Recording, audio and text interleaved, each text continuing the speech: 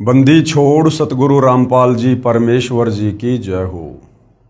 परमपिता परमात्मा सारी सृष्टि के रचनहार कुल मालिक असंख्य ब्रह्मांडों के स्वामी जगत गुरु तीनों लोकों में प्रवेश करके सबका धारण पोषण करने वाले राजाधीराज आत्माधार नाथों के नाथ देवों के देव महादेव सर्वेश्वर महेश्वर मृत्युंजय अजरो अमर आदि अनादि सनातनी प्रभु जगत पिता जगदीश्वर श्री श्री 1008 की उपाधि के वास्तविक अधिकारी अकाल मूर्त शब्द स्वरूपी राम वासुदेव सर्वगतम ब्रह्म परम पूज्य प्रथम पूज्य परम संत परम पुरुष परम धनी परम दयालु सत्य कबीर हक्का कबीर अल्लाहु कबीर अल्लाहु अकबर बाखबर अल्लाह ताला जगत के तारणहार जगत के मुक्तिदाता जगत के जगन्नाथ हारे के सहारे हिंदुओं के राम मुसलमानों के अल्लाह सिखों के वायुगुरु ईसाइयों के मसीह दया के सागर दया निधि करुणा के सागर करुणा निधि स्वयंभू परिभू संकट मोचन कष्ट हरण मंगल करण दुख भंजन अविगत कबीर निर्विकार निर्विषम परमात्मा अलय अलेख सतगुरु आदि अनादि सतगुरु असली मर्यादा पुरुषोत्तम असली राम असली कृष्ण असली घनश्याम असली मुरारी राजाओं के राजा महाराजाओं के महाराजा शहंशाहों के शहंशाह सम्राटों के सम्राट भगवानों के भगवान अल्लाहों के अल्लाह प्रभुओं के प्रभु मसीहाओं के मसीह सच्चे वाहिगुरु बाबाओं के बाबा पीरों के पीर सेठों के सेठ जगत सेठ सावड़सा सेठ सर्वगुण संपन्न अनंत कोटि कलाओं के स्वामी अनंत कोटि ब्रह्मांडों के नायक योगियों में महायोगी ध्यानियों में महाध्यानी सिद्धों में परम सिद्ध ज्ञानियों में तत्व ज्ञानी ब्रह्म ज्ञानी महाज्ञानी परम ज्ञानी सर्वश्रेष्ठ ज्ञानी विज्ञानी युवा कबीर समर्थ कबीर असमवात अमित ओजा सच्चे रहनुमा करीम अल्लाह सुभान अल्लाह दुनिया के अंतिम पैगंबर 8 सितंबर 1951 से गांव धनाना जिला सोनीपत हरियाणा भारतवर्ष की पावन भूमि पे प्रकट रियल कल्कि भगवान श्री नारायण साकार हरि श्री बाबा साहेब नूर अनंत परमात्मा सच्चे दरवेश सच्चे बाखबर संत श्रोमणी सतगुरु रामपाल जी परमेश्वर जी के चरण कमल में आप और हम सभी भाई बहनों का अनंत कोटि दंडवत प्रणाम। सत्साई भाई और बहनों, बहुत बड़ी दया बहुत बड़ी मेहर पूज्य गुरुदेव भगवान की परमेश्वर रामपाल जी की जिनके शुभ आशीर्वाद से विशेष आशीर्वाद से उन्हीं के सत्संगों का संग्रह पवित्र आध्यात्मिक पुस्तक ज्ञान गंगा के ऊपर वीडियो बनाने की श्रृंखला जारी है। इसी श्रृंखला में आज हमारा ये 37वें नंबर का वीडियो है और प्रत्येक वीडियो में भक्ति और भगवान को लेकर अध्यात्म को लेकर शास्त्र अनुकूल साधना को लेकर हमें वो तमाम जानकारियां नसीब हो रही हैं जिन जानकारियों को प्राप्त करने के लिए ये आत्मा युगों युगों से भटक रही है। यानी सारी सृष्टि के रचयिता कबीर परमेश्वर जब तक इस धरती पर संत रूप में प्रकट नहीं होते हैं तब तक हमें सृष्टि रचना के विषय में शास्त्र अनुकूल साधना के विषय में इस काल के 21 ब्रह्मांड में कोई नहीं समझा पाता है, कोई नहीं बता पाता है, क्योंकि गीता का ज्ञान देते समय ये काल ब्रह्म श्री कृष्ण जी के शरीर में प्रवेश करके अर्जुन को खुद कह रहा है कि अर्जुन इस संसार रूपी वृक्ष की यानी पूरी सृष्टि रचना की व्याख्या मैं भी विचार काल में यहाँ तेरे को नहीं बता सकता, क्योंकि मुझे भी इसके आदि और अंत का ज्ञान नहीं है। तो विचार करने की बात है, जब गीता ज्ञान दाता ब्रह्म को भी सृष्टि रचना के विषय में परमेश्वर के विषय में कंप्लीट ज्ञान नहीं है, सचखंड सतलोक जाने के मार्ग का ज्ञान नहीं है, तो भला 21 ब्रह्मांड के प्राणियों को कैसे ये सतज्ञान हो सकता है और 21 ब्रह्मांड का कोई भी प्राणी कैसे संत बनकर सतगुरु बनकर ये ज्ञान दे सकता है।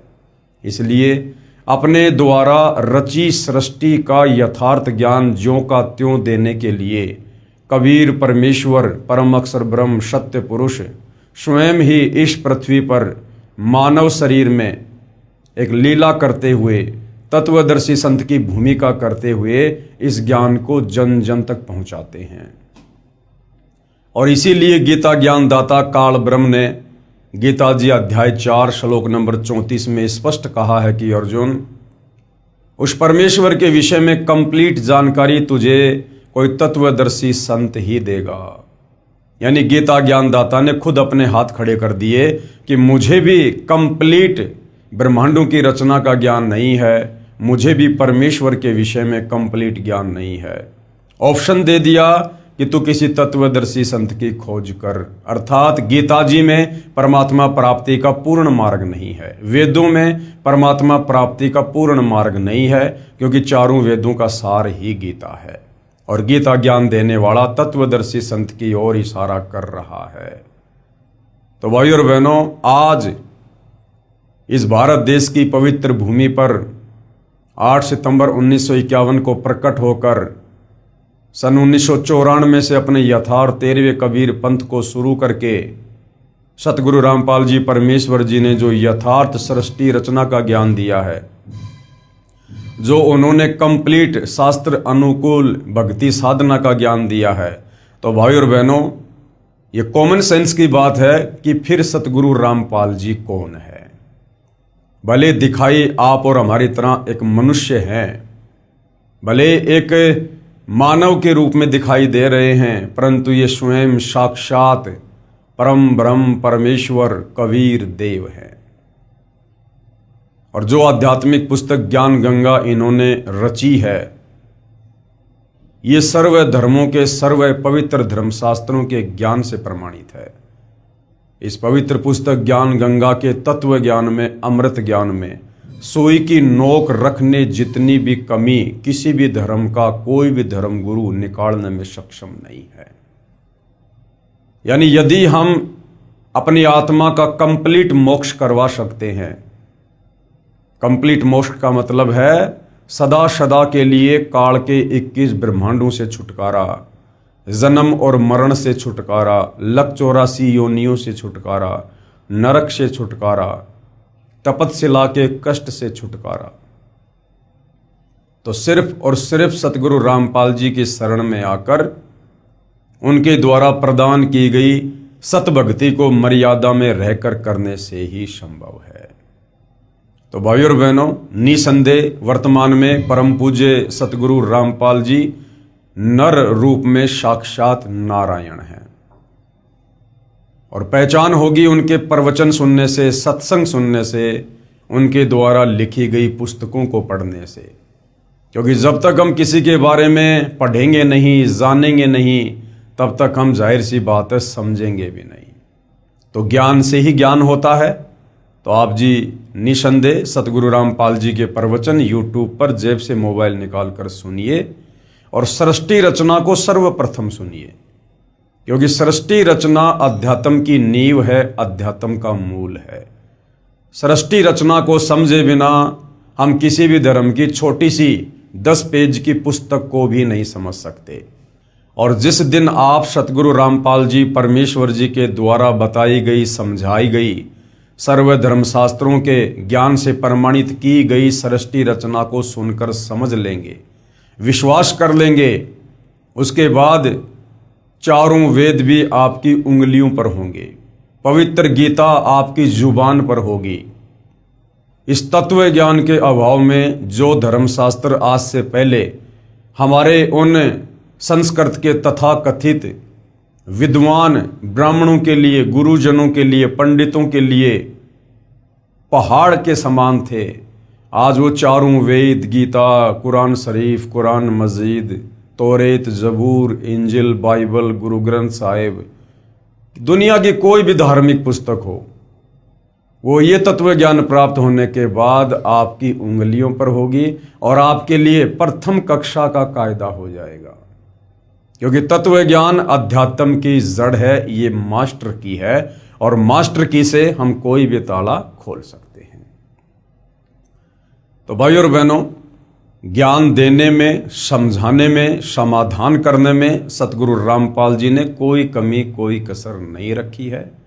अब यदि कोई कमी रहेगी तो आप और हमारी नासमझी की रहेगी, हमारे कमजोर भक्ति संस्कारों की रहेगी, क्योंकि परमेश्वर को प्राप्त करना किसी आम प्राणी के बस की बात नहीं होती है।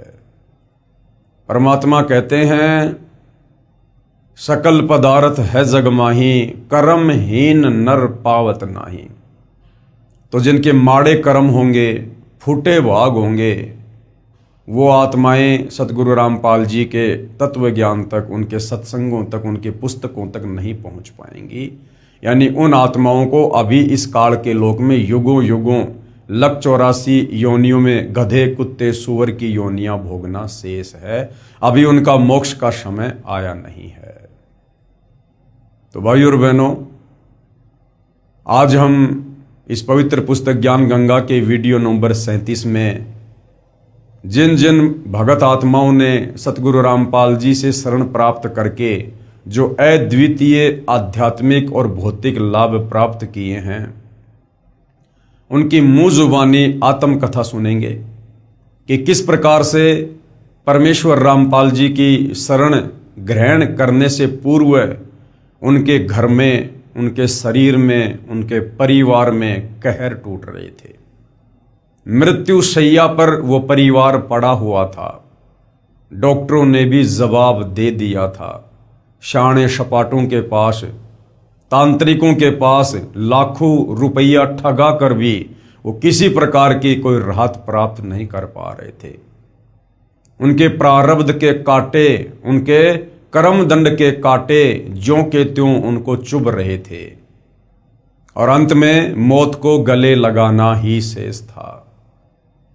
और जैसे ही उनको सतगुरु रामपाल जी के विषय में पता चला और उन्होंने जाकर उनके चरणों में माथा रगड़ा, उनकी शरण ग्रहण की और उनके द्वारा प्रदान की गई शास्त्र अनुकूल भक्ति शुरू की, उसी दिन से, उसी क्षण से उनके वो 3 ताप के कष्ट, वो प्रारब्ध के कांटे, पाप कर्मों के, वो निकलने शुरू हो गए और आज वो आत्माएं हर प्रकार से आध्यात्मिक, शारीरिक और भौतिक लाभ प्राप्त कर रही हैं। तो उनमें से कुछ और आत्माएं हैं जिन्होंने अपने साक्षात्कार दिए और अन्य समाज को बताने की दृष्टि से, जगाने की दृष्टि से कि भाई यदि आप भी मेरे की तरह दुखी हैं, परेशान हैं, पीड़ित हैं, तो आप एक बार सतगुरु रामपाल जी की शरण में आइए, उनके सत्संग सुनिए, उपदेश लेकर देखिएगा। कोई पैसा, कोई चार्ज नहीं लिया जाता है, निःशुल्क दीक्षा दी जाती है। और साथ में वो आत्मा ये भी संदेशा देना चाहती हैं कि यदि आप हमारी तरह दुखी नहीं हैं और वर्तमान में आप सांसारिक दृष्टि से सुखी हैं, तो ये मत भूलिएगा कि ये सुख यहां पर सदा रहेगा। आने वाले समय में, आपके भविष्य में, आपके प्रारब्ध में कितने कष्ट होंगे, कितने कांटे होंगे, आपको किन किन भयंकर परेशानियों का सामना करना पड़ सकता है, ये आपको नहीं पता होता है। इसलिए समय रहते सतगुरु रामपाल जी के ज्ञान को सुनकर, तत्व ज्ञान से परिचित होकर आप तुरंत उनकी शरण को स्वीकार कीजिए, अन्यथा ये काल का लोक है। अभी आप काल के भयंकर षड्यंत्र से परिचित नहीं हैं।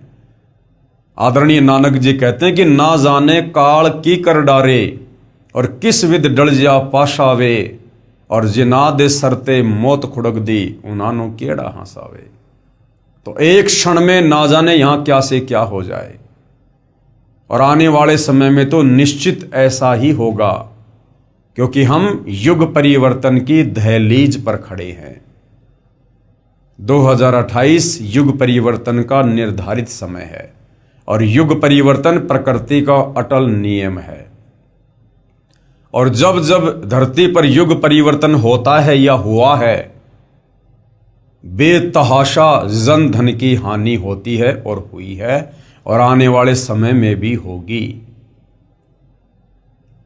तो उस दौर में स्वयं को और अपने परिवार को यदि आप सुरक्षित रखना चाहते हैं, तो आपने समय पूर्व सतगुरु रामपाल जी के ज्ञान को सुनकर उनकी शरण ग्रहण करनी पड़ेगी। दूसरा कोई विकल्प, कोई ऑप्शन नहीं है।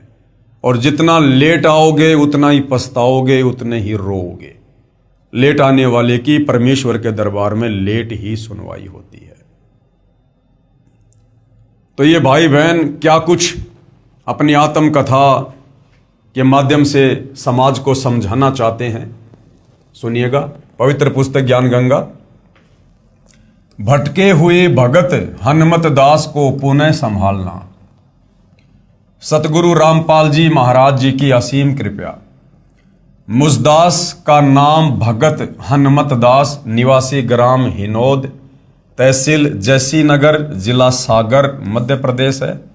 मेरे जीवन में बंदी छोड़ सतगुरु रामपाल जी महाराज जी के आशीर्वाद से हुए चमत्कार को कुछ शब्दों में व्यक्त करने की कोशिश करना चाहता हूं।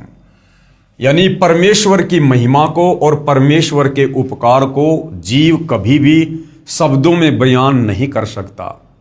सात समुद्र की मशी करूं, लेखनी करूं बन राय, और शब्द धरती का कागज करूं, पर सतगुरु के गुण लिखे न जाए। सतगुरु यानी परमेश्वर, परमात्मा। लेकिन कोशिश है कि जो जो लाभ हमें हुए हैं, जितना हम सतगुरु को आंशिक रूप से जान पाए हैं, उस विषय में भगत समाज को बताना हमारा कर्तव्य है, ताकि धरती पर प्रकट परमेश्वर की शरण में आकर आप और हमारे की तरह अन्य पीड़ित आत्माएं भी कुछ राहत प्राप्त कर सकें और अपनी आत्मा का कल्याण करवा सकें। मैंने जुलाई 2014 में नाम दीक्षा ली थी तथा बरवाला आश्रम में सतगुरुदेव जी से आशीर्वाद भी प्राप्त किया था। परंतु 18 नवंबर 2014 को बरवाला कांड हो जाने से भक्ति सुचारू रूप से नहीं कर पाया और भक्ति छोड़कर आन उपासना करने लगा। यानी भगत हनुमत दास जी 2014 बरवाला कांड के बाद सतगुरु रामपाल जी की शरण को त्याग कर अन्य पारंपरिक पूजाएं करने लगे। उसके पश्चात जब सतगुरुदेव जी के आदेश अनुसार मेरे जिले में ही आश्रम खुल गया और कुछ समय के बाद दास को भी आश्रम की जानकारी मिली, तो दास ने आश्रम जाकर पुनः भक्ति प्रारंभ की, यानी अपना नाम फिर से शुद्ध करवाया।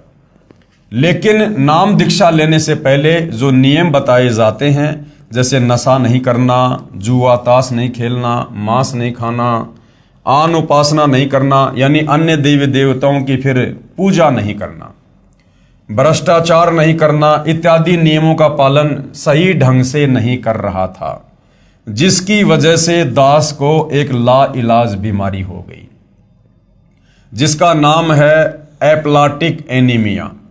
एक ऐसी बीमारी होती है जिसमें मरीज के शरीर में ब्लड यानी खून बनना ही बंद हो जाता है और ब्लड ट्रांसफर करवाना पड़ता है, यानी दूसरे से खून लेना पड़ता है बार बार। मतलब ब्लड की बोतल लगवानी पड़ती है और जैसे ही ब्लड खत्म होता है उसे फिर ब्लड चढ़वाना पड़ता है। जब तक शरीर में ब्लड रहता है तब तक तो मरीज स्वस्थ रहता है, और जैसे ही ब्लड खत्म हो जाता या बहुत कम बचता तो फिर अस्पताल में एडमिट करवाना पड़ता था। जिस प्रकार गाड़ी में पेट्रोल या डीजल है तो गाड़ी चलेगी, अगर खत्म होने वाला है या खत्म हो गया तो गाड़ी नहीं चलेगी। ऐसी हालत भगत हनुमत दास की उस समय हुई जब इन्होंने सतगुरु रामपाल जी को भक्ति को त्याग दिया और दोबारा इन्होंने उपदेश भी लिया, लेकिन ये अच्छे से मर्यादाओं का निर्वाह नहीं कर पाए, मर्यादाओं में रहकर भक्ति नहीं कर पाए। सतगुरु रामपाल जी महाराज अपने सत्संग में बताते हैं, जब लग हंसा हमरी आना, काल लगे नहीं तेरा वाणा। यानी जब तक भगत मेरी आन कान यानी मर्यादा में रहेगा, तब तक काल का किसी भी प्रकार का दाव, कोई भी षड्यंत्र उस भगत के ऊपर काम नहीं कर सकता। मतलब जब तक भगत नियम मर्यादा में रहता है तब तक उसे कोई भी परेशानी नहीं हो सकती, और मैं नियम मर्यादा बार बार खंड कर देता था। इस एप्लाटिक एनीमिया बीमारी के इलाज के लिए मैंने सभी जगह कोशिश की। सबसे पहले अपने जिला स्तर के सभी अस्पतालों में इलाज करवाया। उसके बाद अप्रैल 2018 में नागपुर रेफर कर दिया गया। नागपुर CIHO अस्पताल में इलाज करवाया। इस अस्पताल में सभी प्रकार की जांच कराई और डॉक्टर अविनाश पोपली ने ब्लड कैंसर बोल दिया कि आपको ब्लड कैंसर है, जिसकी वजह से आपको खून का पानी बनने लगा है। उसके बाद हम लोग घर आ गए और 18 मई 2018 को फिर ब्लड कम हो जाने की वजह से नागपुर गए और इसी दिल बोन मेरो टेस्ट की रिपोर्ट आई, जिससे परमात्मा सतगुरु रामपाल जी महाराज की दया से ब्लड कैंसर नहीं आया। लेकिन डॉक्टर अविनाश पोपली की रिपोर्ट के आधार पर बता दिया कि आपको एप्लाटिक एनीमिया है, जिसकी वजह से आपको ब्लड बनना बंद हो गया है और इसका अस्थायी इलाज ब्लड चढ़वाना ही है। यानी जब तक ब्लड चढ़वाते रहोगे तब तक आप जीवित रहोगे और जब ब्लड चढ़वाना बंद कर दोगे तो फिर आप मर जाओगे।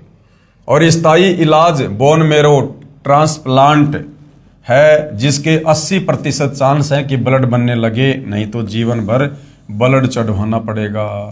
और बोन मेरो ट्रांसप्लांट का खर्च भी बहुत ज़्यादा है, 19 लाख रुपए लगभग। फिर दास ने सतगुरु जी से अरदास लगाई फोन के माध्यम से और सतगुरु देव जी का आदेश आया, नाम शुद्धिकरण करवा लो और नियम मर्यादा अनुसार भक्ति करो, परमात्मा दया करेंगे। मालिक का आदेश आने के बाद धीरे धीरे करके दास को राहत मिलती गई। पहले मालिक की दया से समय पर ब्लड की आवश्यकता पूरी होती गई और फिर अप्रैल 2019 में दास को ब्लड लगवाने की जरूरत नहीं पड़ी और करीब 1 साल इस बीमारी से ग्रसित रहने के बाद आज दास स्वस्थ है और ब्लड भी लगवाने की आवश्यकता नहीं पड़ती है। इस बीमारी में दास का हीमोग्लोबिन 2 से 3 ग्राम बचता था और प्लेटलेट्स 2000 तक बचते थे। दास ने दिल्ली एम्स में भी इलाज करवाया, इंदौर में डॉक्टर AK त्रिवेदी के पास भी गया, जबलपुर, भोपाल, नागपुर और भी अनेक जगह दवाई करवाई, लेकिन कहीं से भी कोई आराम नहीं लगा। केवल परमात्मा सतगुरु रामपाल जी महाराज जी द्वारा बताई भक्ति से ही दास अब स्वस्थ है और बिना किसी दवाई के आज बिल्कुल स्वस्थ हूँ। बंदी छोड़ सतगुरु रामपाल जी भगवान की दया है। सतगुरु चरणों का तुच्छ दास भगत हनुमत दास, गांव हिनौद, जिला सागर, तहसील जैसी नगर, मध्य प्रदेश। देखो भाई और बहनों, अभी तक हम परमेश्वर जी के गुणों से अपरिचित थे, अभी तक हम शास्त्र अनुकूल साधना से दूर बैठे थे। अन्यथा परमात्मा के गुण तो ज्यों के त्यों हैं, परमात्मा बदल नहीं गया।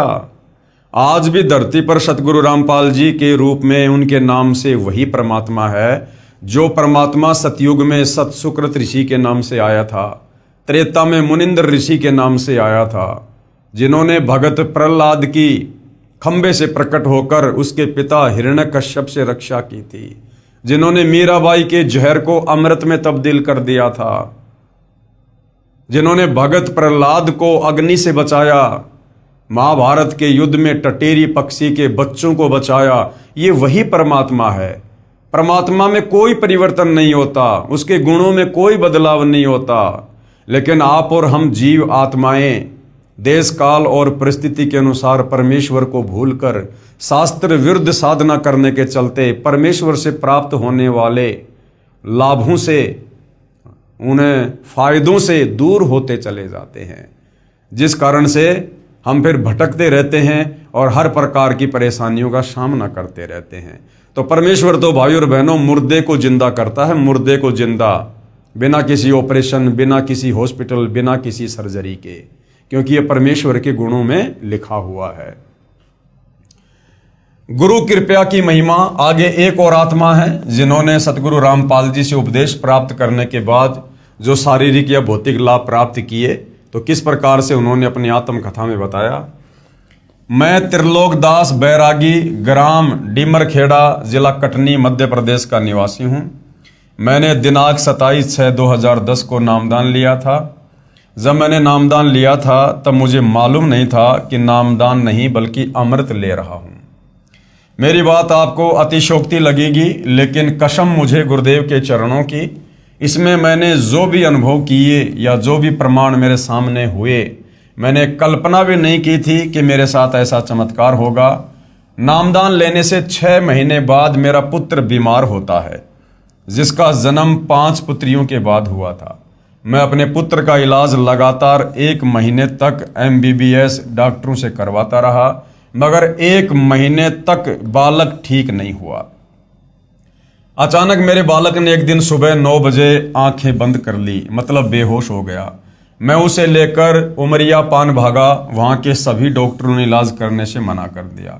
मैं उसे लेकर सिहोरा गया, सभी जगह MBBS डॉक्टर हैं, मगर पुत्र की हालत देखकर सभी ने इलाज करने से मना कर दिया। मानो वो बताना चाहते थे कि तुम्हारे पुत्र की मृत्यु हो चुकी है। पुत्र की उम्र सिर्फ 1 वर्ष थी। हिम्मत बांधकर एक डॉक्टर ने कहा कि अगर उसे ऑक्सीजन मिल जाए तो शायद कुछ हो सकता है। मैंने तत्काल एक 4 व्हीलर रिजर्व की और जबलपुर के लिए भागा, जो कि बच्चों का रिसर्च सेंटर है।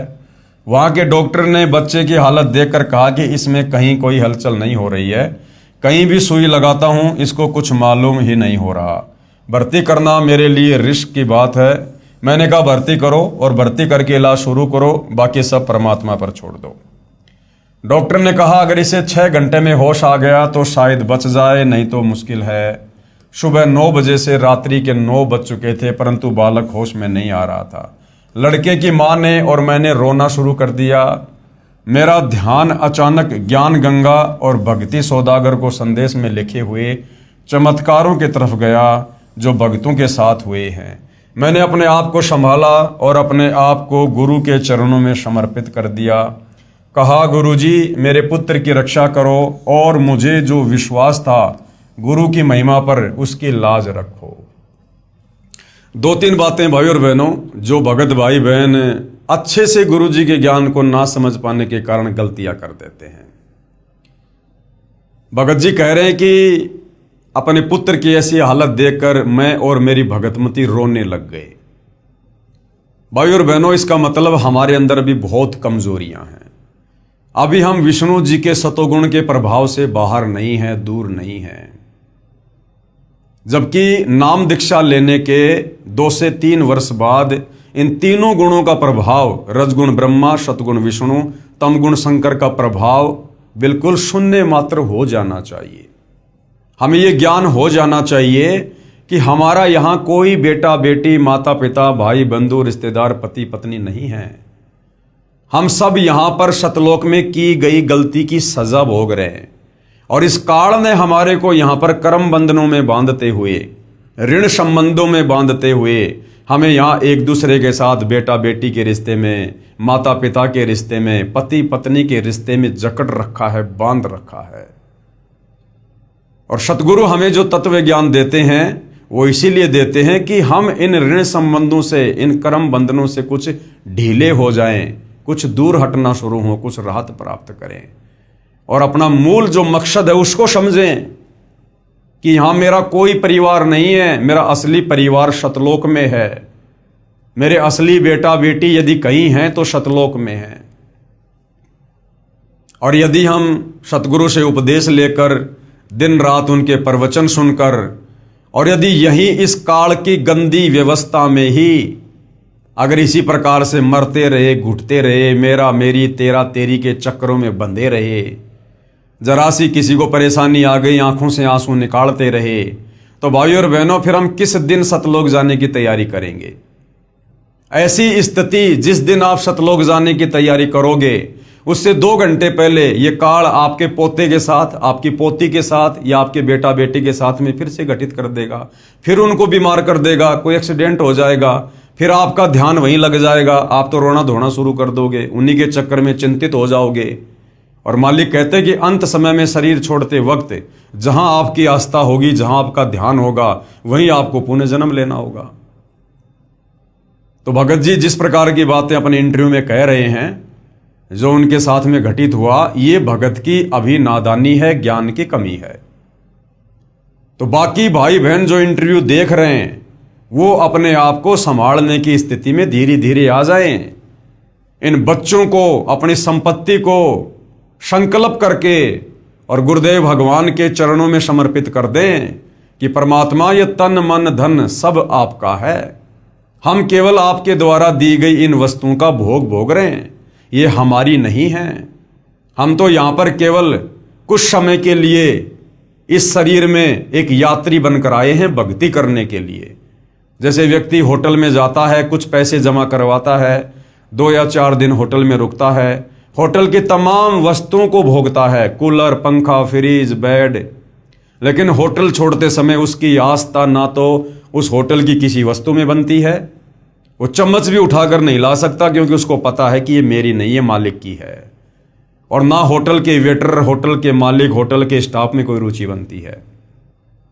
तो इसी प्रकार हमारा जो घर है वो एक होटल है, और जो भी सुविधा हमें प्राप्त हैं वो परमेश्वर के द्वारा दी गई हैं, और जो भी हमारे परिवार के सदस्य हैं वो होटल के स्टाफ मेंबर हैं। और जिस दिन ये जीव आत्मा शरीर छोड़कर जाएगी, यानी होटल छोड़कर जाएगी ये शरीर, उस दिन हमारी रुचि नहीं बननी चाहिए किसी भी वस्तु में। हमारा मूल मालिक, हमारा मूल घर सतलोक है। तो भाई और बहनों, यदि हम इस प्रकार की कमजोरियां भक्ति करते करते अगर इस प्रकार से दिखाते रहे तो अंत समय में हमारी बात बिगड़ सकती है, क्योंकि जब तक हम इस काल के लोक में रहेंगे, काल इस प्रकार के झटके मारता रहेगा, और सतगुरु भी इस प्रकार के झटकों से अपने भगत की परीक्षा लेता रहेगा। दूसरा, आगे फिर भगत जी ने कहा, मैंने अपने आप को संभाला और अपने आप को गुरु के चरणों में समर्पित कर दिया। यदि हम पहले से गुरु जी के चरणों में समर्पित होते, ज्ञान को आधार बनाकर भक्ति कर रहे होते, मर्यादा में होते, तो परमेश्वर उस परिवार पर जरा सी भी आपत्ति नहीं आने देते। इस भगत के बच्चे के साथ में इस प्रकार की घटना घटित नहीं हो सकती थी।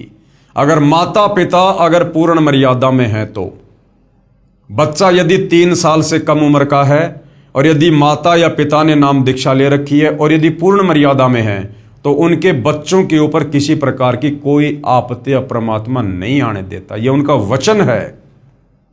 ऐसे बहुत सारे उदाहरण आपको संगत में देखने को मिलेंगे। तो भगत जी कहते हैं कि बाद में मैंने परमात्मा के चरणों में स्वयं को समर्पित किया और कहा, गुरुजी मेरे पुत्र की रक्षा करो, और मुझे जो विश्वास था गुरु की महिमा पर, उसकी लाज रखो। ये भी भगत की कमजोरी है। हमने कोई एग्रीमेंट नहीं कर रखा भगवान के साथ कि भगवान हमें सुख देगा, मेरे बेटे को ठीक रखेगा तो मैं भक्ति करूंगा। भक्ति स्वयं की आत्मा के कल्याण के लिए की जाती है, बेटा बेटी की अच्छी कामना के लिए नहीं की जाती है। बेटा बेटी के अपने संस्कार हैं, वो अलग आत्मा हैं। हम इस जन्म में भले ही माता पिता बेटा बेटी के संबंधों में हैं, क्या पता पिछले जन्म में वो बेटा बेटी आपके घोर शत्रु थे। गुरुदेव ने तो स्पष्ट कर रखा है कि हमारे घर में जो बेटा बेटी आते हैं वो कौन हैं, या तो पिछले जन्म में हम उनके दुश्मन थे, या वो हमारे दुश्मन थे जो इस जन्म में अपना लेन देन पूरा करने के लिए आए हैं।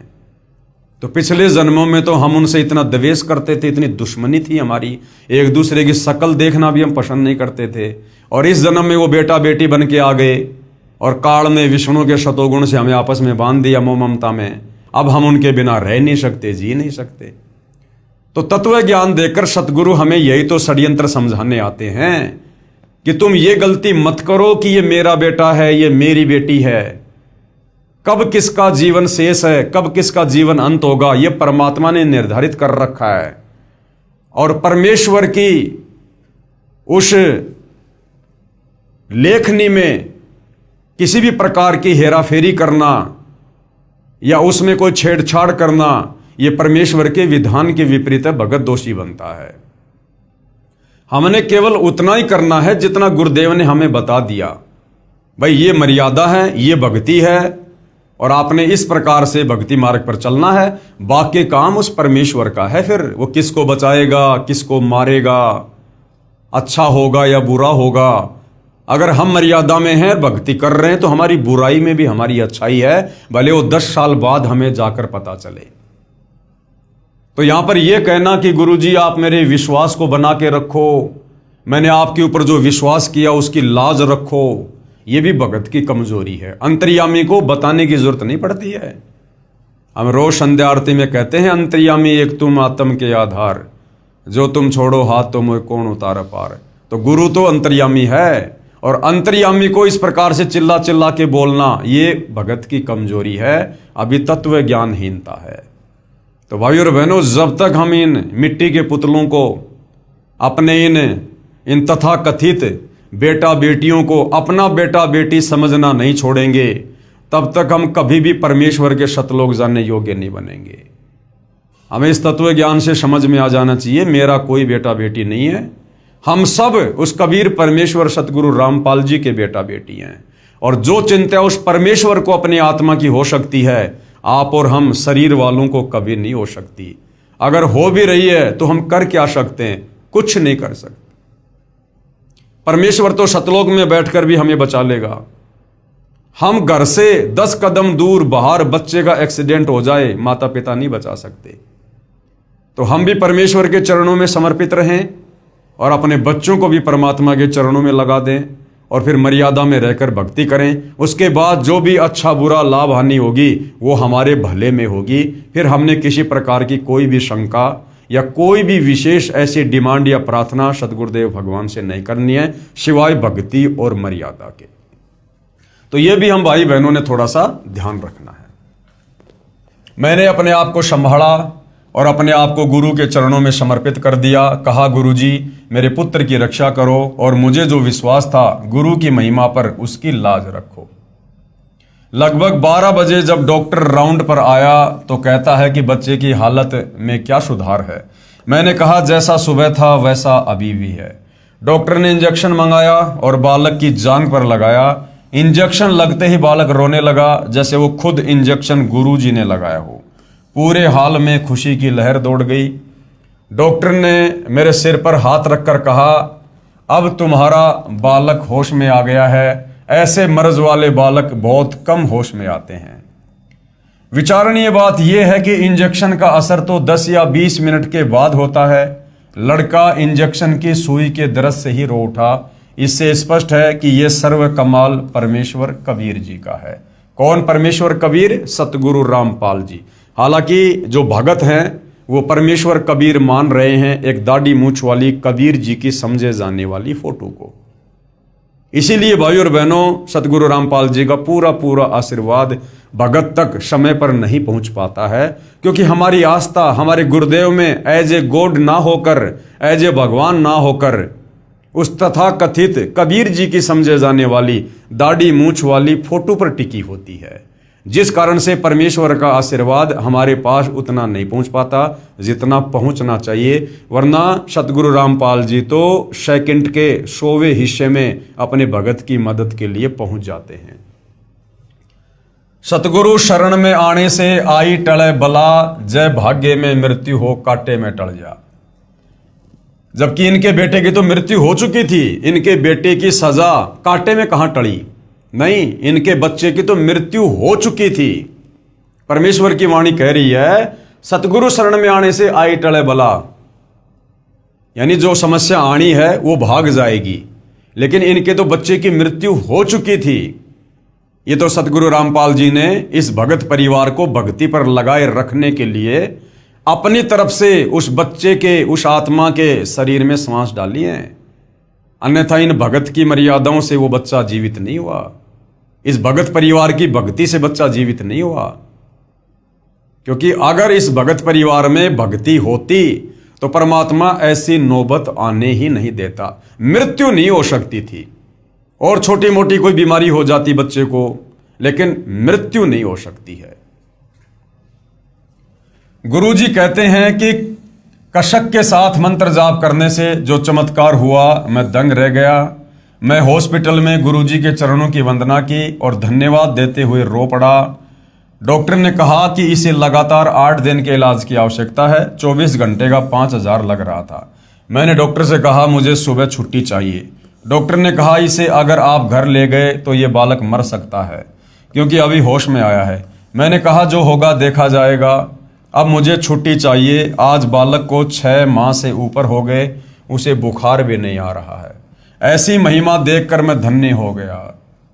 डॉक्टर ने कहा कि भैया 8 दिन रखना पड़ेगा, रोजाना के 5000 लगेंगे।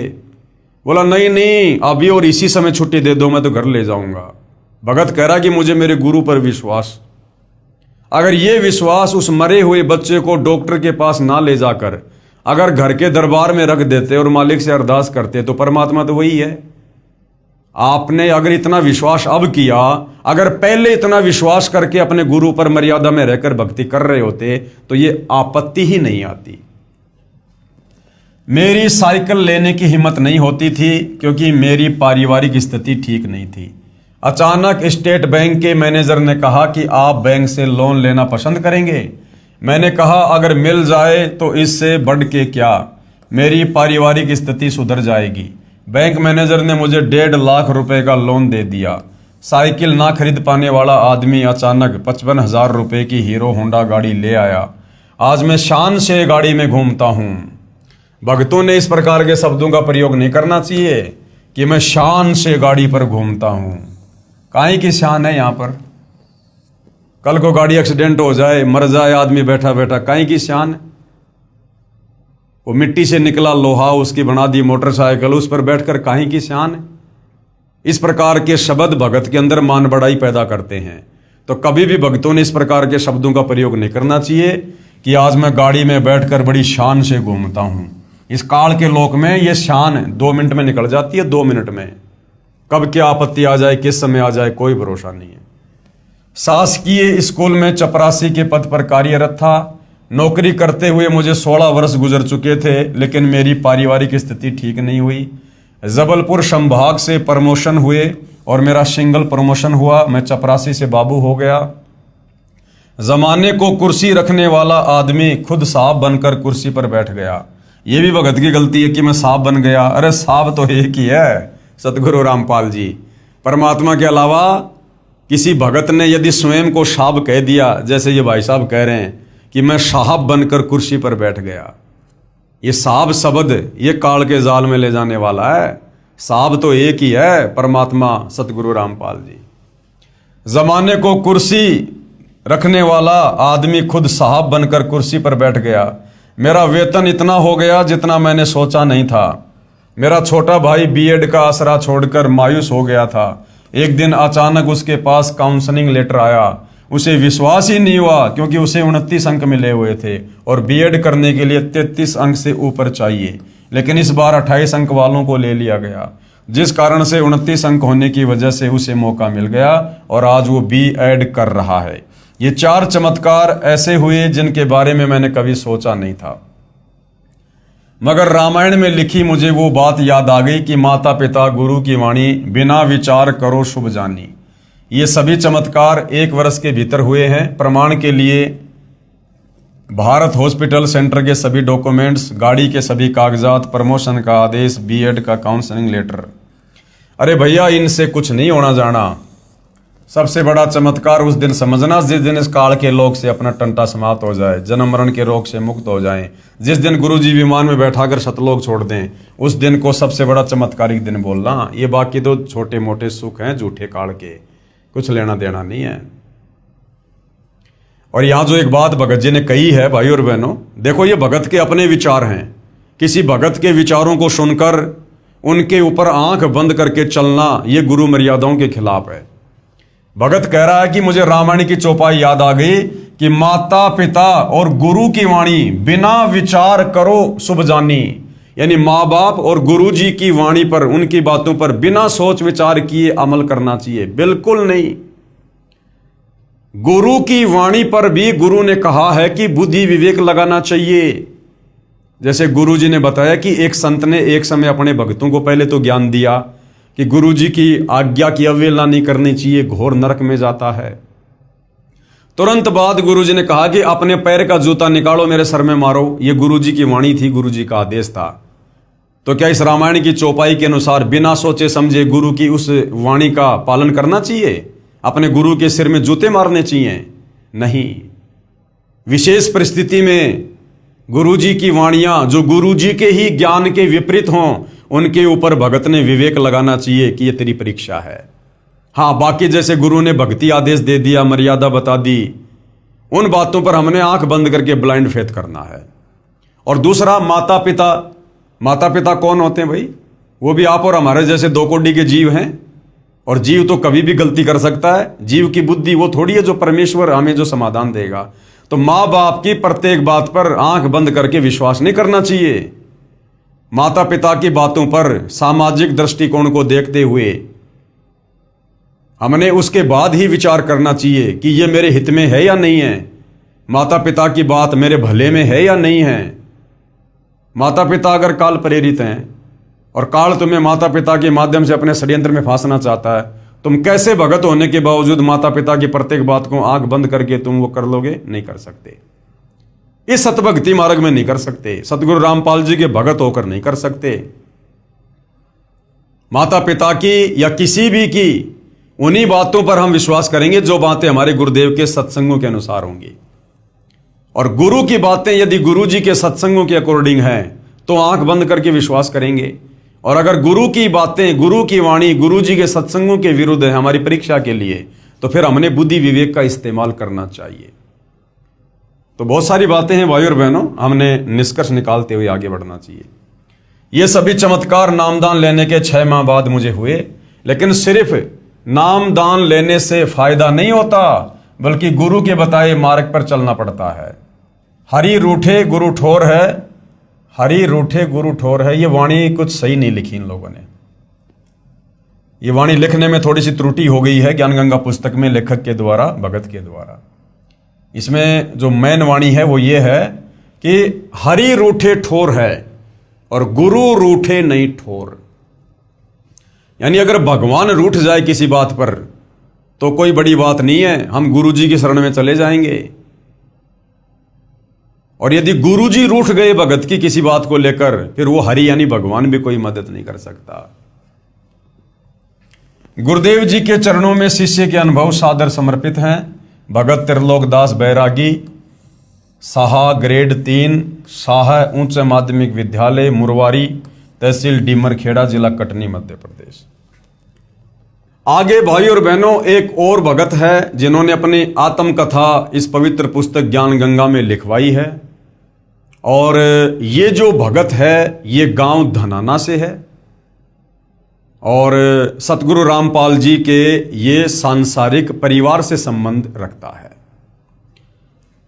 और सतगुरु रामपाल जी से उपदेश लेने के बाद इस भगत परिवार के घर में क्या घटना घटी, इसके बच्चे को किस प्रकार से 11,000 वोल्टेज के तार ने पकड़ लिया, यानी बिजली का करंट लगा, और किस प्रकार से सतगुरु रामपाल जी ने, जो स्वयं परमेश्वर हैं, परमात्मा हैं, उस भगत आत्मा की रक्षा की।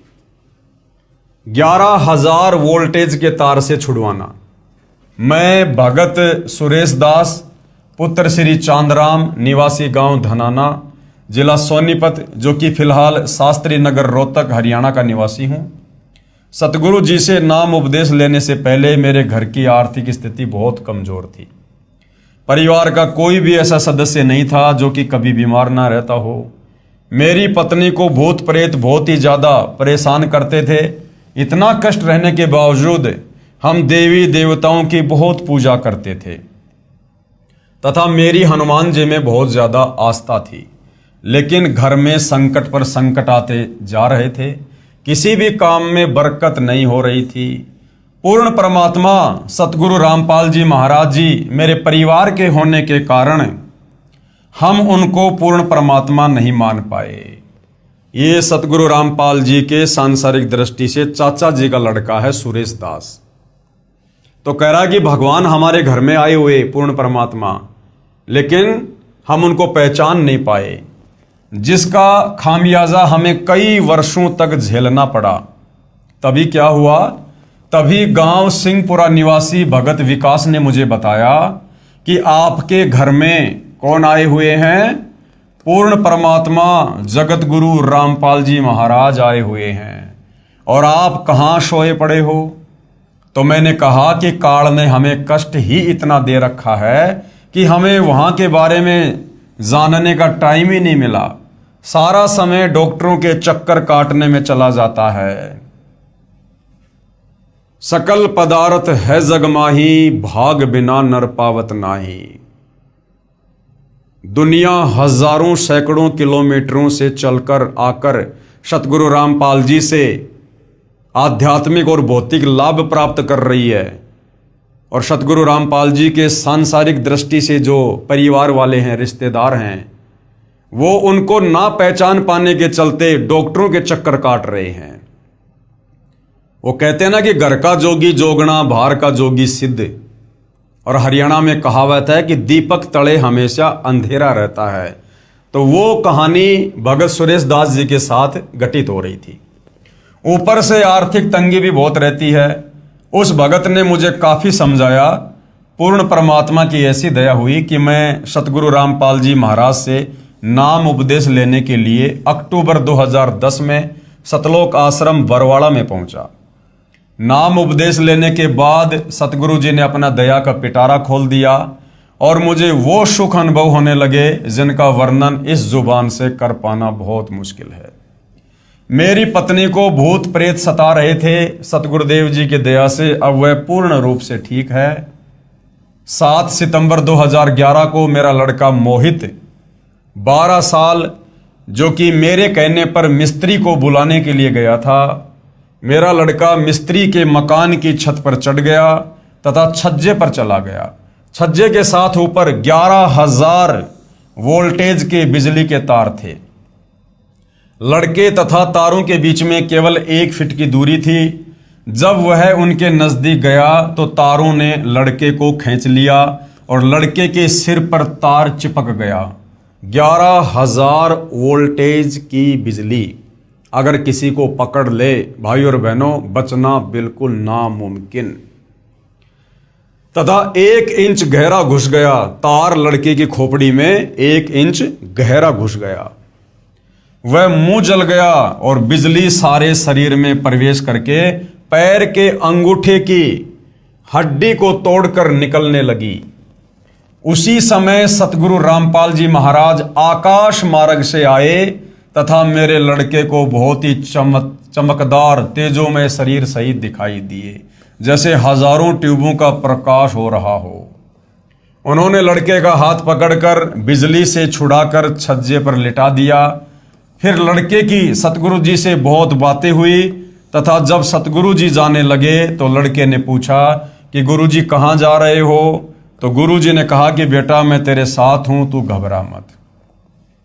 अब बहुत सारे तत्व ज्ञानहीन भाई बहनों को जो भक्ति और भगवान की परिभाषा से अपरिचित हैं, केवल शास्त्र विरुद्ध साधना करने के चलते जिन्हें भगवान से कोई लाभ हुआ नहीं और अंत में उन्होंने निष्कर्ष निकाल लिया कि कोई चमत्कार नहीं हो सकता, कोई भगवान नहीं है, तो उन लोगों के लिए ये सत्य कथा झूठी हो सकती है। परंतु भाई और बहनों, परमेश्वर जो कर सकता है वो जीव की कल्पना से बाहर होता है। सतगुरु जो चावे सो कर ही भरम पड़ो मत कोई, सेव धड़ पर शीश चढ़ाया पछ करी रसोई। बहुत सारे उदाहरण हैं यदि हम विचार करें। हम हनुमान जी के बारे में सुनते हैं कि जब हनुमान जी छोटे से थे, बालक थे, घुटनों के बल चलते थे, तो उन्होंने सूरज को, ये सूरज जो पृथ्वी से कई गुना बड़ा है, आग का गोला, उन्होंने सूरज को कोई फल जानकर, खाने की वस्तु जानकर और अपने मुंह में ले लिया। अब जब ये दुनिया इस बात पर यकीन कर सकती है तो ये चमत्कार तो उस चमत्कार के आगे बहुत छोटा है। फिर इस पर विश्वास क्यों नहीं होता भाई? इसलिए नहीं होता कि हमारी बुद्धि इन तत्व ज्ञानहीन धर्म गुरुओं ने संकीर्ण कर दी है।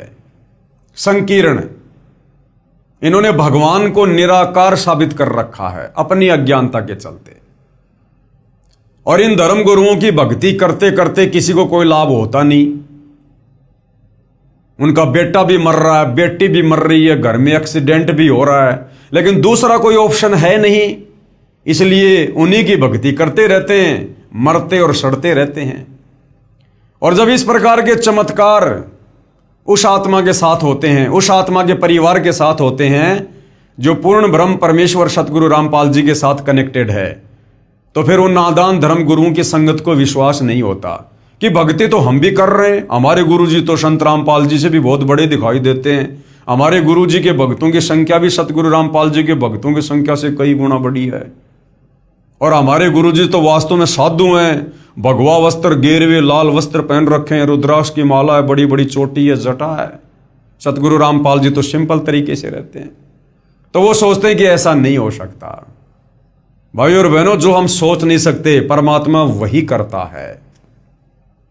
जहां इंसान की बुद्धि काम करना बंद कर देती है, वहां से परमात्मा का कार्य शुरू होता है।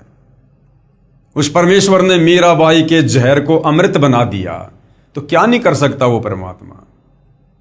जो परमात्मा भगत प्रहलाद को बचाने के लिए खंबे में प्रकट हो सकता है, उसको आकाश मार्ग से आने में क्या दिक्कत है। हम हनुमान जी की लीलाओं पर शंका क्यों नहीं करते।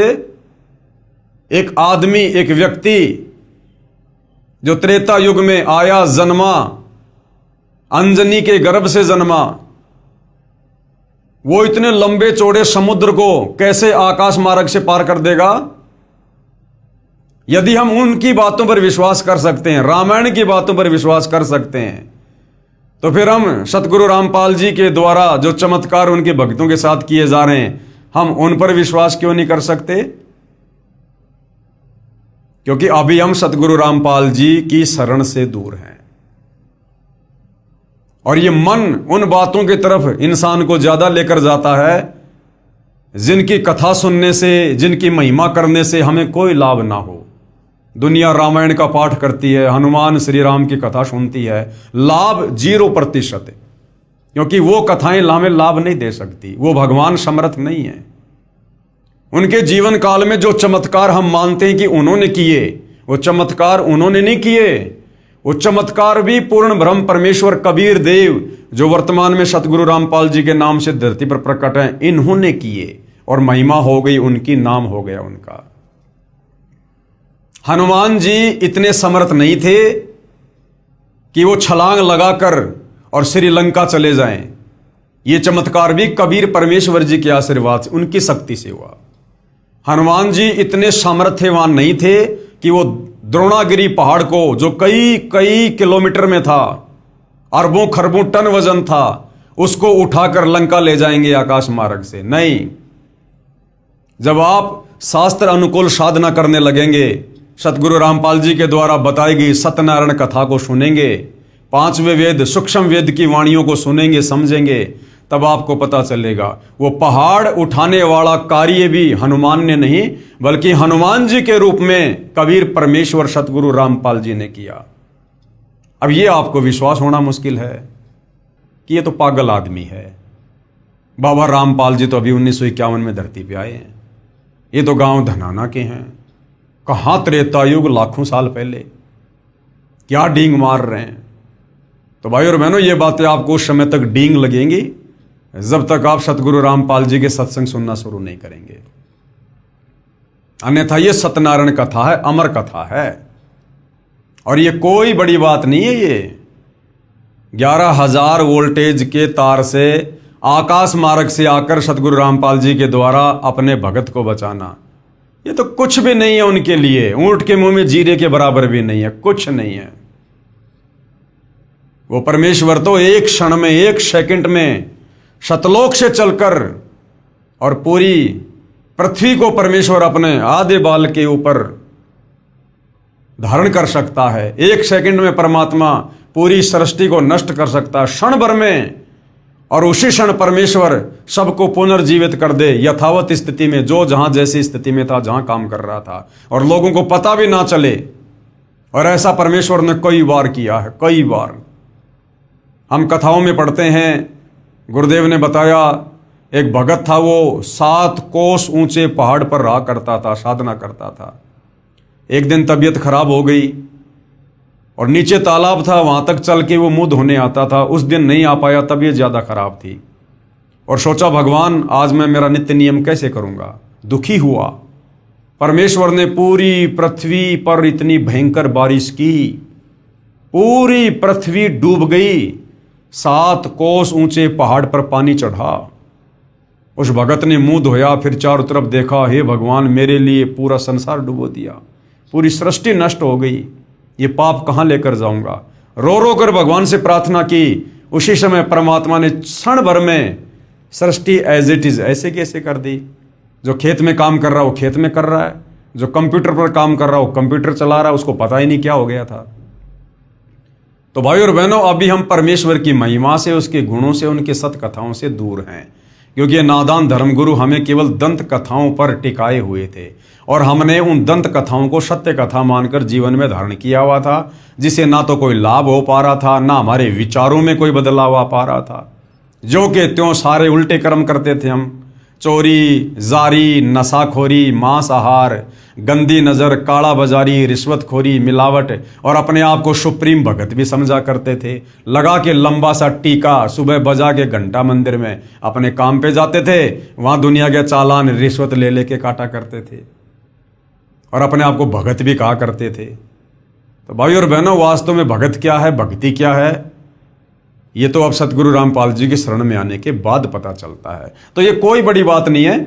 ऐसे ऐसे चमत्कार तो सतगुरु रामपाल जी ने अपनी संगत में हजारों के साथ कर रखे हैं, हजारों के साथ। उस समय मेरे लड़के मोहित की माता जी भी वहीं पर थी। उसने ये दृश्य अपनी आंखों से देखा तथा वह बहुत घबरा गई, क्योंकि लड़के के शरीर से बिजली की लपटें निकल रही थी। उसके बाद हम लड़के को पीजीआई रोहतक हॉस्पिटल में लेकर गए।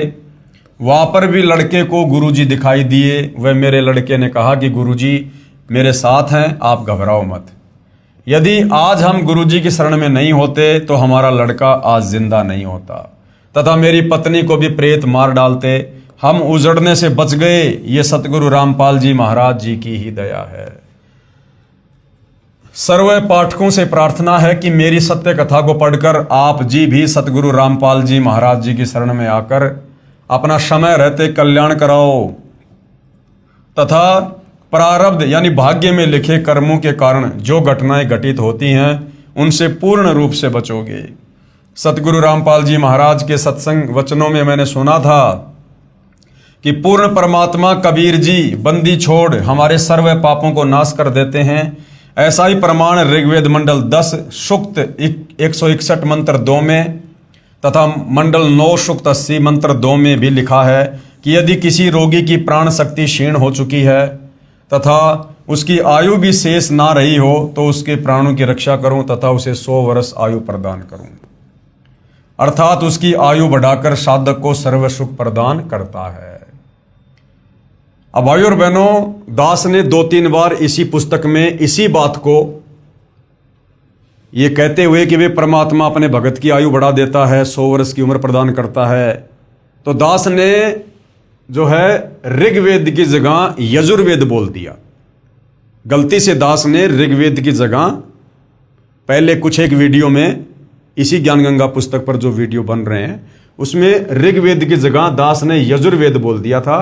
तो उसके लिए दास आप भाई बहनों से माफी चाहता है। आप जी उसमें सुधार जो है वो कर लेना। सज्जनों, सतगुरु रामपाल जी महाराज ने अपने अमृत वचनों में ये भी बताया है कि प्रत्येक प्राणी अपने किए कर्मों के अनुसार ही सुख व दुख प्राप्त करता है।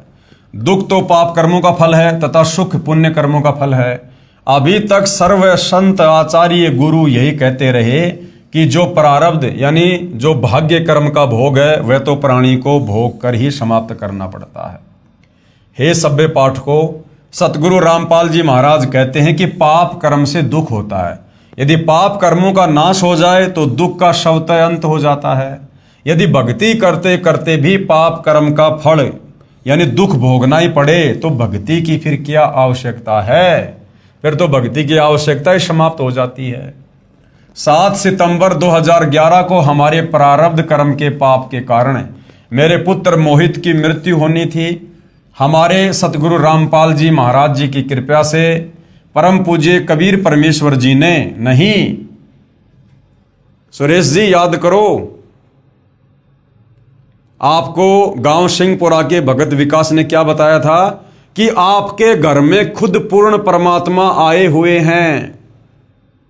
और आप यह कह रहे हो कि हमारे सतगुरु रामपाल जी ने कबीर परमात्मा के दया से, तो आप तो भाई अपने गुरुदेव को परमात्मा से अन्य दर्शा रहे हो। ऐसा नहीं है। गुरु और गोविंद दो नहीं भाई, जब तक दो समझोगे दो जग में जाई। तो सतगुरु रामपाल जी स्वयं कबीर परमात्मा जी हैं, जिन्होंने हमारे पाप कर्म का नाश कर दिया तथा मेरे बच्चे की जीवन रक्षा करके आयु बढ़ा दी। यदि 7 सितंबर 2011 को प्रारब्ध कर्म के फलस्वरूप मेरा बेटा मर जाता तो हम सभी परिवार के सदस्य भक्ति त्याग देते तथा नास्तिक हो जाते, क्योंकि हमें उस समय परमात्मा का पूर्ण ज्ञान नहीं था। अब भगवान पर अत्यधिक विश्वास हो गया है। ये भी विश्वास हो गया है कि परम पूज्य कबीर जी ही परमेश्वर हैं, सतगुरु रामपाल जी ही परमेश्वर हैं और उन्हीं का नाम कबीर है। ये पाप नाशक तथा सर्व सुखदायक व पूर्ण मोक्षदायक हैं तथा सतगुरु रामपाल जी महाराज उन्हीं के भेजे हुए उनके अवतार हैं। नहीं, ये भी अभी आधी अधूरी सोच है। भगत कह रहे हैं कि अब मुझे पूरा ज्ञान हो गया, वरना उस समय मुझे ज्ञान नहीं था, मैं भक्ति छोड़ देता। अब मुझे ज्ञान हो गया, विश्वास हो गया। अब यदि ज्ञान हो गया तो आप सतगुरु रामपाल जी को और कबीर जी को अलग अलग क्यों समझ रहे हैं? तथा सतगुरु रामपाल जी महाराज उन्हीं के भेजे उनके अवतार हैं। नहीं, सतगुरु रामपाल जी स्वयं अपने अवतार हैं। ये स्वयं धरती पर अवतरित होते हैं। ये किसी कबीर के अवतार नहीं हैं, क्योंकि कबीर कभी किसी अवतार को सतलोक से धरती पर नहीं भेजता है। कबीर समर्थ है, वो स्वयं ही अवतार धारण करके पृथ्वी पर मनुष्य रूप में तत्वदर्शी संत की लीला करता है। अतः आप जी से पुनः प्रार्थना है कि अविलंब सतलोक आश्रम बरवाला में पहुंचें तथा उपदेश लेकर कल्याण कराएं। आप जी से प्रार्थना करने का मेरा उद्देश्य यह है कि मेरे जैसे दुखिया बहुत हैं, मेरी उपरोक्त आत्मकथा को पढ़कर विचार करके वे भी मेरे की तरह संकटों का निवारण करा सकेंगे तथा सुखी हो सकेंगे। ये संसार समझदा नाही, कहंदा शाम दोपहरे नू, गरीब दास ये वक्त जात है, फिर रोगे इस पैरे नू। प्रार्थी हैं भगत सुरेश दास पुत्र श्री चांदराम, शास्त्री नगर हिसार बाईपास रोहतक। ये इनके मोबाइल नंबर हैं। अगर किसी को किसी प्रकार की कोई शंका है तो इनसे संपर्क किया जा सकता है। सत कबीर साहिब जी की दया, बंदी छोड़ सतगुरु रामपाल जी महाराज जी की जय। यजुर्वेद अध्याय 8 मंत्र 13 में प्रमाण है कि पूर्ण परमात्मा पापी से भी पापी व्यक्तियों के भी संपूर्ण पापों का नाश करके भयंकर रोगों से भी मुक्त कर देते हैं, जिसका मैं जीता जागता उदाहरण हूं। अब भाई और बहनों, ये जो आत्मकथा है, ये एक भगत हैं श्री केशवदास मैनाली। इनकी आत्मकथा को क्या कुछ इन्होंने लिखा है, क्या कुछ भगत समाज को बताया है, क्या कुछ कष्ट और परेशानियां इस परिवार के ऊपर थी, इस भगत के ऊपर थी, और किस प्रकार सतगुरु रामपाल जी की शरण में आने के बाद ये इन तमाम प्रकार के कष्टों से मुक्त हुए। फिर उन्होंने अपनी आत्मकथा इस पवित्र पुस्तक ज्ञान गंगा में लिखवाई। इस पर भाई और बहनों हम नेक्स्ट वीडियो में जिक्र करेंगे। और आप जो भाई बहन इस पवित्र पुस्तक ज्ञान गंगा के ऊपर बन रहे वीडियो देख रहे हैं और अभी तक आप सतगुरु रामपाल जी की शरण में नहीं हैं, तो आप जी से प्रार्थना करेंगे कि आप जी अति शीघ्र सतगुरु रामपाल जी के ज्ञान को समझकर अपनी आत्मा के कल्याणार्थ हेतु उनसे उपदेश प्राप्त करें। उपदेश प्राप्त करने के लिए वर्तमान में आप जी सतलोक आश्रम धनाना जा सकते हैं, जहां पर सतगुरु रामपाल जी स्वयं विराजमान हैं। मैं मई 2026 की बात कर रहा हूं। आगे वे कहां विराजमान होंगे इसके विषय में अभी कुछ नहीं कह सकता। संपर्क कैसे करें, उसके लिए आप जी गूगल पर सतलोक आश्रम धनाना के मोबाइल नंबर सर्च कर सकते हैं। साथ में वेबसाइट है www.jagatgururampalji.org। आप इस वेबसाइट पर जाकर भी जहाँ जहाँ नामदान की जो प्रक्रिया है जारी है, कहाँ से आप नाम दीक्षा प्राप्त कर सकते हैं, आप संपर्क करके जानकारी ले सकते हैं। तो भाई और बहनों, अविलंब सतगुरु रामपाल जी के चरणों में आइए, अपने आप को समर्पित कीजिए और जैसा पूज्य गुरुदेव भगवान हमें भक्ति के लिए निर्देशित करें वैसे आप जी भक्ति कीजिए, क्योंकि आने वाला समय 2028 युग परिवर्तन का निर्धारित समय है। जितना लेट आओगे उतना ज़्यादा पछताओगे। ये समय सदा ऐसा नहीं रहेगा जैसा वर्तमान में आप जी समझ रहे होंगे। तो भाई और बहनों, आज के इस एपिसोड में केवल इतना ही। कल फिर परमेश्वर की सेवा में हाजिर होंगे। तब तक गुरुदेव भगवान हम सबको आज्ञा दें, आशीर्वाद दें, सद्बुद्धि दें, हमारा मार्गदर्शन करें। बंदी छोड़ सतगुरु रामपाल जी परमेश्वर जी की जय हो।